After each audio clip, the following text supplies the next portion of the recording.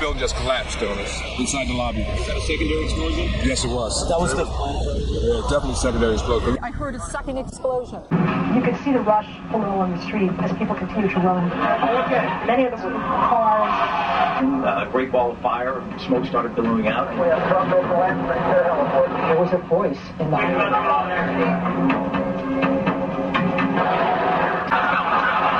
The 9/11 attack on America looked so much like a formula action-packed Hollywood disaster movie that it had "Made in the USA" written all over it. The only difference is it used real props and real people. It had terrorist villains, American firefighter heroes, fireball explosions, collapsing buildings, pedestrians chased by dust clouds, and it even had a God Bless America music score. Well-positioned cameras shot the action-packed drama from every conceivable angle. Just the picture of the helicopter landing and the president walking in, and then the 19 hijackers have been Saudi nationals. So in the terrible... He said that he didn't believe that Osama bin Laden... No one has blamed or accused him formally.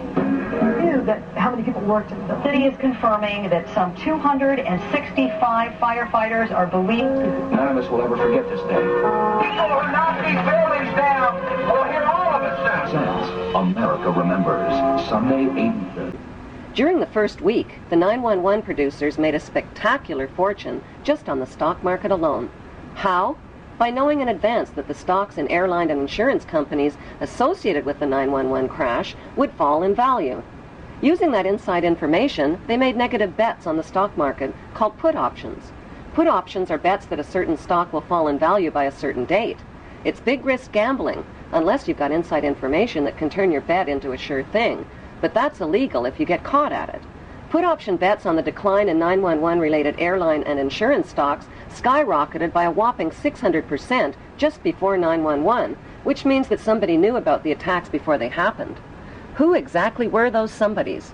Merrill Lynch and HSBC, Morgan Stanley Dean Witter, the Bank of America, weapons manufacturer Raytheon, the Lehman Brothers, General Motors, Swiss Re, Munich Re, and AXA Re Insurance Company, which owns 25% of American Airlines. These insiders bought put options through Deutsche Bank. Most demanding clients trust Deutsche Bank to perform. Deutsche Bank, a passion. Buzzy Krongard, the former executive director of the CIA, just happened to be the manager of Deutsche Bank. And so the profiteers from 911 were not Osama bin Laden or his band of U.S.-trained Arabs. They were blue-chip Israeli, U.S., and British businessmen. Within the first week, the 911 producers sucked up $40 billion in box office profits from U.S. taxpayers who were hypnotized, terrorized, and traumatized by the infinite reruns. Think of it as a conspiracy theory true or false test. A. When George W. Bush started his first oil company, who helped fund it? Osama bin Laden's brother and brother-in-law. True or false? B. After a terrorist bomb at a barracks in Saudi Arabia killed 19 Americans, who got the multi-million-dollar contract to rebuild? The bin Ladens. True or false? C. On the morning of September 11, 2001, who was in a meeting at the Ritz-Carlton Hotel in Washington? George Bush Sr. and Osama bin Laden's brother. True or false? Actually, the answer could be D, all of the above. Because believe it or not, as far-fetched as they sound, each and every one of those things, the bin Laden link to the Bush Oil Company, the bin Laden construction contract after the terrorist bomb, and the bin Laden-Bush meeting on 9/11, is true. Many of the facts surrounding the events of 9/11 point to a cover-up, like the fact that the Bush administration ignored all of the advance warnings of the 9/11 attacks. Warnings from FBI agents like Colleen Rowley and from the famous Phoenix memo were not only ignored, they were suppressed. FBI Deputy Director John P. O'Neill quit his job when his investigation of Osama bin Laden was blocked. According to a September 24th Newsweek article, top Pentagon officials canceled their travel plans for 9/11 because of security concerns. While the American public were sitting ducks, all of America's political, military, and corporate VIPs were kept out of harm's way. 2 Muslims accused of the 911 hijackings took their flight training at Rudy Decker's Huffman Aviation School in Florida. Rudy Decker's is linked to the CIA and drug smuggling through Carib Air and Britannia Aviation, which shared the same small Venice airport with Decker's. The media reported that on the night before the attacks, accused ringleader Muhammad Atta and 2 other Muslim hijackers got drunk, fondled naked dancers in a Florida strip club called Shuckums, forgot their business card and their Quran holy book at the bar, publicly bashed America, and loudly boasted about impending bloodshed the next day. Would devoted and highly secretive Muslim hijackers risk their planned mission by attracting so much negative attention? And why were they in Florida instead of Boston the night before their suicide flights? On the early morning of September 11th, 19 Muslim men well known to intelligence and security agencies supposedly waltzed past airport security checks, boarded 4 passenger planes, and turned them into deadly missiles without even a hitch.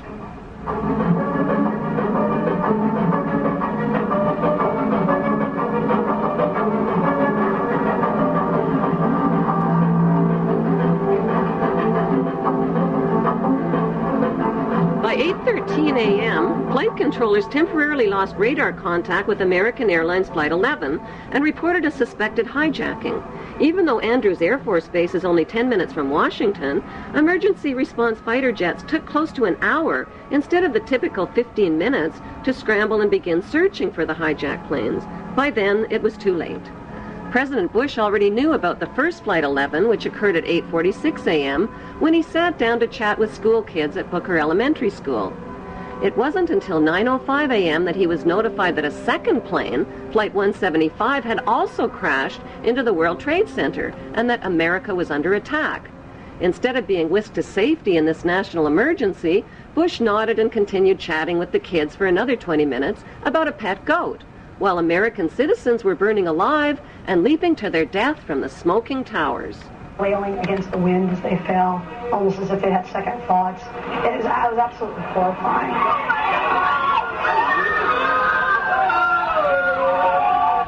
And you don't have to be a conspiracy theorist to wonder exactly what President George W. Bush knew about the attack, and when he knew it. According to the official White House version, it was at this moment in a Florida classroom that Bush learned the second plane had hit the World Trade Center and that the U.S. was under attack. But here's what George Bush himself said almost 3 months later when asked about September 11th.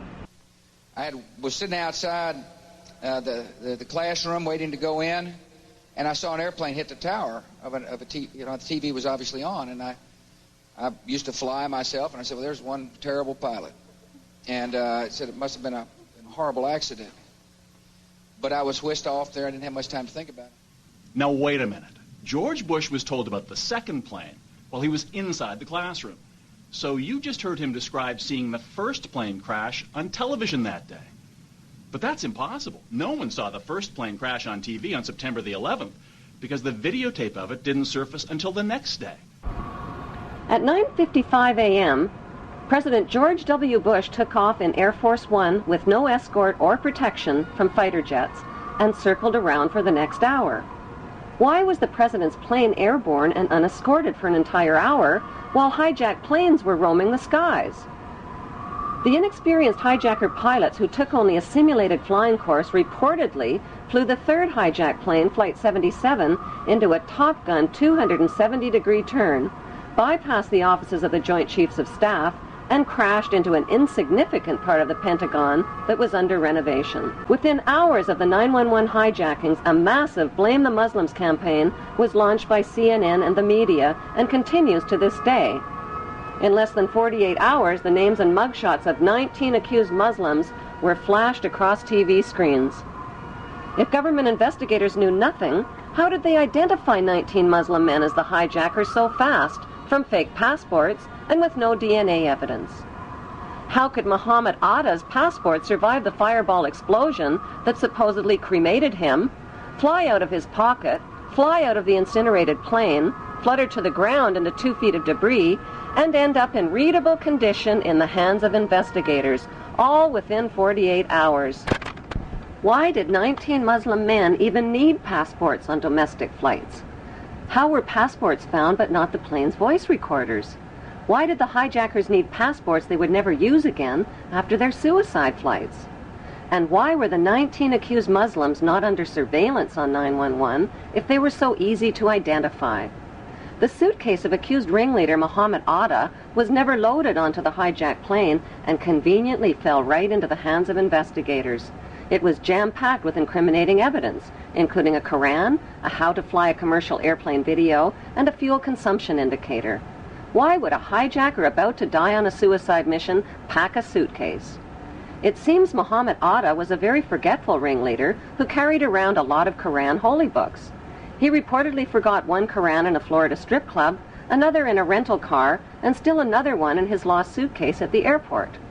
More incriminating evidence of flight manuals written in Arabic were found within hours of the attacks in parked rental cars at the airports. Why didn't the terrorists take a taxi to the airport?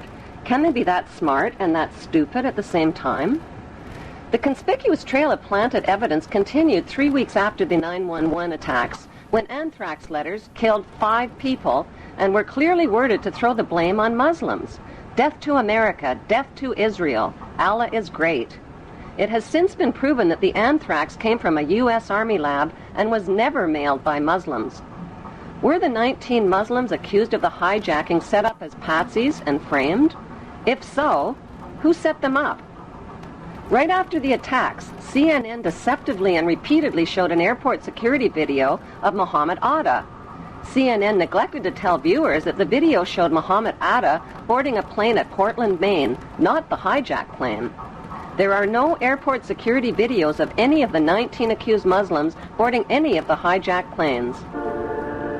Right after the 9/11 attacks, CNN reported that the U.S. government had a tape recording of Osama bin Laden telling his mother that something big was about to happen and that she wouldn't be seeing him for a while. CNN later acknowledged that the report was false. Osama bin Laden consistently denied being involved in 9/11 and claimed the Israeli Zionists were behind the attacks. According to Japanese, Chinese, and Indian news reports, Osama bin Laden was killed in Afghanistan in the fall of 2001 and was buried in an unmarked grave by his own men.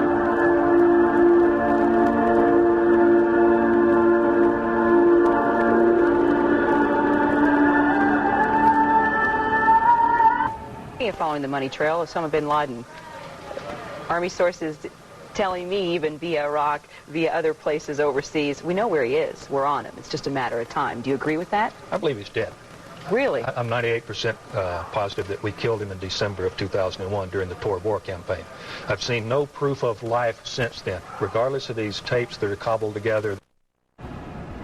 On Halloween 2004, just before the U.S. presidential election, this man, dressed in an Osama bin Laden costume, confessed to the 9/11 attacks, scared American voters, and tricked them into treating George Bush to another 4 years in the White House.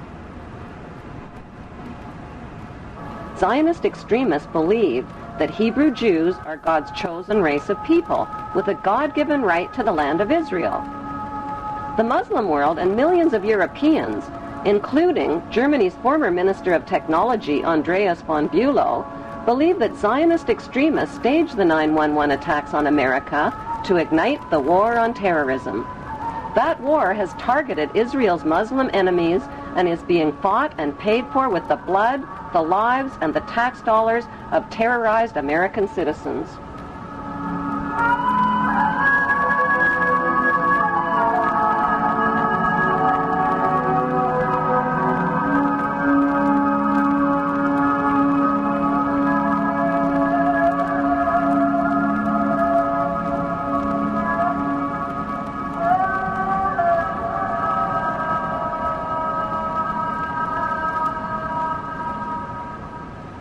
Half the world believes that 9/11 was a conspiracy carried out by Islamic Muslim extremists with financing from Muslim charities. The other half believes it was a conspiracy carried out by Jewish Zionists with financing from Jewish charities. Is there any evidence to support that belief? Since 9/11, FBI Director Mueller, BBC News, and ABC have confirmed that 7 of the 19 Muslims whose mugshots were flashed around the world did not die in the 9/11 crashes. They are alive and well and are victims of identity theft. An 8th accused Muslim died 1 year before the 911 hijackings even occurred. Who stole their identities, and why isn't the FBI looking for them? If the hijackers really were Muslims, why would they steal the identities of fellow Muslims and implicate them? Wouldn't they be more likely to steal Israeli identities and put the blame on Israelis? If the hijackers were Israelis, wouldn't they be likely to steal the identities of Muslims and put the blame on Muslims? Even though no one has been officially charged or convicted of the 911 hijackings, CNN and the 5 Western media monopolies have exclusively sold the American people on a Muslim conspiracy. Unfortunately, the only eyewitnesses capable of positively identifying the hijackers died on board the hijacked planes. Before flight attendant Amy Sweeney was killed on hijacked Flight 11, she picked up an airphone and reported that 4 Middle Eastern-looking men had hijacked the plane. The fact is that Israeli men are Middle Eastern men who just happen to be Middle Eastern-looking. The voice of the hijacker heard from the hijacked plane's voice recorder reveals that the accent of the hijacker matches an Israeli Hebrew accent.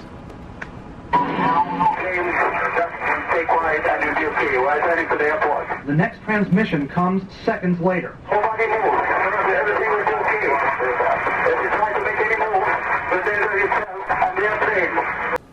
On August 18th, 1 month before the 911 attacks, a New York Times article by reporter Sheila K. Dewan described a group of 4 foreign artists who smuggled their way into the World Trade Center just months before 911. The artists occupied studio space free of charge on the 91st floor with 14 other artists and claimed to be writing a book called The Bee Thing.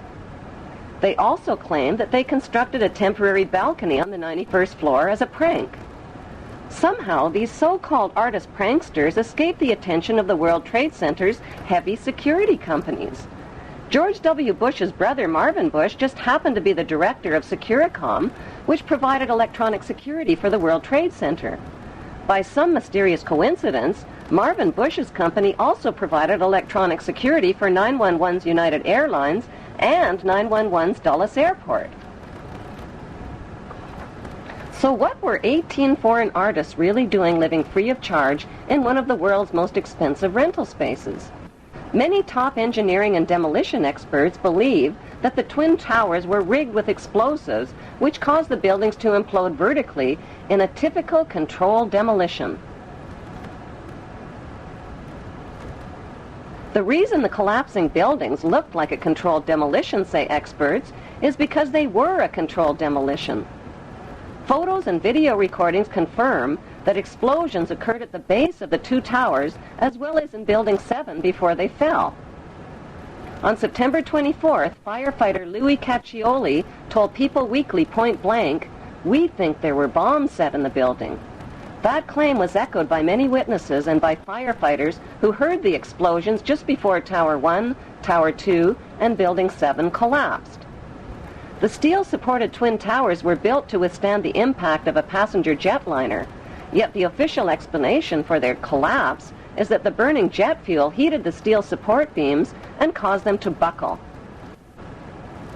Expert independent investigators insist that it's impossible for jet fuel burning in oxygen to melt steel, and that most of the jet fuel burned up outside the buildings in clearly visible fireballs. After the crashes, the white smoke turned black, indicating cooling temperatures, not rising temperatures as reported.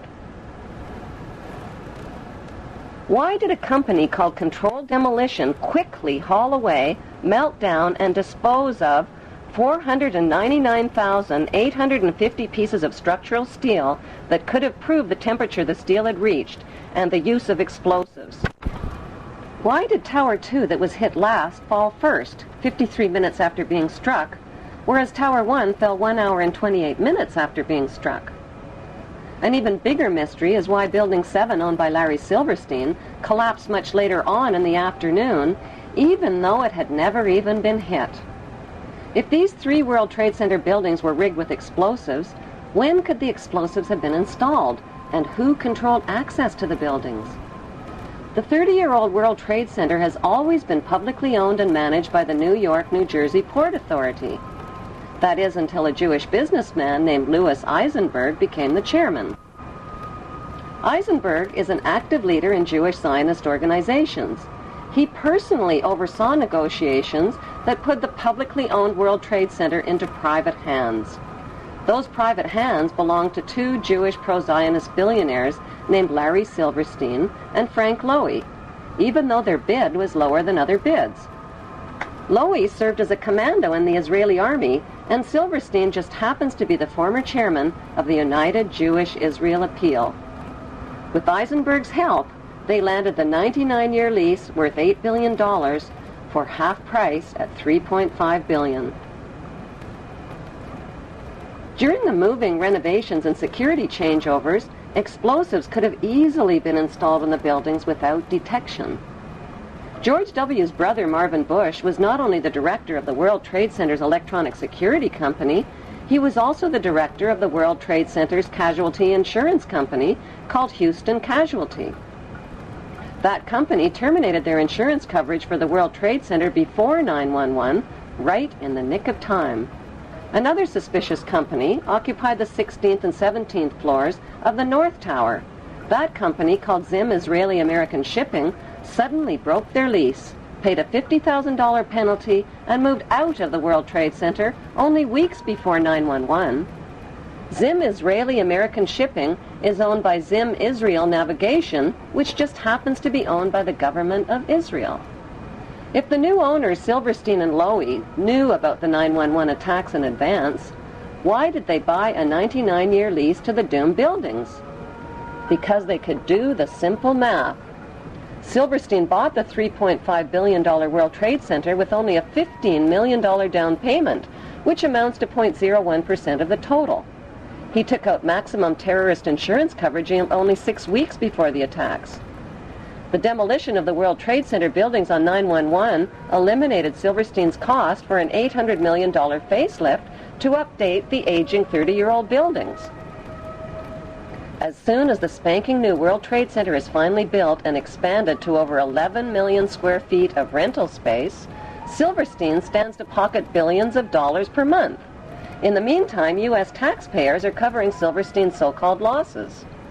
Then there's the big payouts from insurance policies with mega-terrorism insurance, which Silverstein took out just weeks before 9/11. Silverstein is demanding a 200% payout by claiming payouts for 2 separate 9/11 attacks instead of one. Silverstein's insurance companies, called Swiss Re and Munich Re, are the same companies under investigation for advanced knowledge of 9/11 and for profiting from 9/11 on the stock market. If Silverstein's insurance companies knew in advance about the attacks, why would they insure doomed buildings? Were these giant insurance companies handpicked to keep a lid on their insurance investigation findings and to ignore the evidence of 9/11 cover-ups? Silverstein has since bought out Frank Lowy, paid off investors and loan groups, put limits on victim compensation claims, and turned the publicly owned World Trade Center into the smelliest private real estate deal in American history. George W. Bush threw up permanent roadblocks to stop an independent investigation of the 9/11 events. When the 9/11 Senate Committee report was published, 27 pages that would have connected international banks to 9/11 were censored.